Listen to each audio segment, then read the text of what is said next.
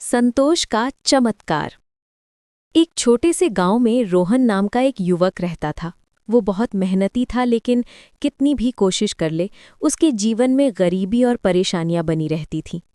खेत में मेहनत करता, मजदूरी करता, फिर भी घर में अक्सर चूल्हा ठंडा पड़ जाता। रोहन की माँ उसे हमेशा समझाती, बेटा, मन में संतोष रखोगे तो माता संतोषी का आशीर्वाद अवश्य मिलेगा। लेकिन रोहन दुखों से घिरा हुआ इतना निराश था कि वो इन बातों में विश्वास नहीं करता था। एक दिन चमत्कार की शुरुआत। एक शुक्रवार को रोहन की मुलाकात गांव की एक वृद्धा से हुई। वो बहुत शांत और मुस्कुराती हुई थी। रोहन ने उन्हें पानी पिलाया। आशीर्वाद देते हुए वृद्धा बोली, बेटा, तुम्हारी परेशानी का अंत तब होगा जब तुम संतोष को अपने जीवन में अपनाओगे। संतोषी माता की पूजा फ्राइडे को करो और अपने हृदय से लालच मिटाकर सच्चे मन से व्रत रखो। रोहन को उनकी बातों में एक अजीब सी शांति महसूस हुई। अगले शुक्रवार उसने पहली बार संकल्प लेकर संतोषी माता का व्रत किया और मन में प्रण लिया कि वो जो भी मिलेगा उसमें संतोष रखेगा और किसी से ईर्ष्या या शिकायत नहीं करेगा। परिवर्तन की शुरुआत।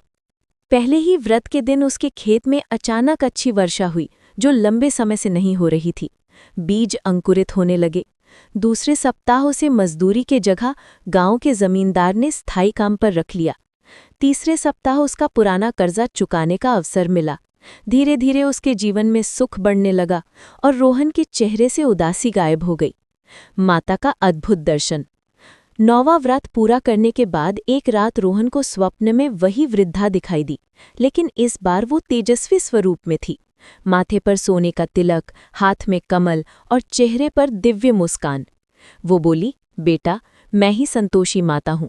तुमने अपने मन से असंतोष मिटाया, इसलिए मैं प्रसन्न हुई। जो व्यक्ति जीवन में संतोष रखता है उस पर मेरे आशीर्वादों की वर्षा बनी रहती है। रोहन आंसुओं से भर गया। उसने माता को प्रणाम किया। अंत में सीख। रोहन का जीवन पूरी तरह बदल गया। उसके घर में खुशी, शांति और समृद्धि का वास हो गया। गांव के लोग उसके परिवर्तन को देखकर आश्चर्य करते थे। रोहन सभी को यही कहकर समझाता, सुख का असली रहस्य संतोष में है। जब हमने शिकायत छोड़ दी तो माता संतोषी ने हमारे घर खुशियां भर दी।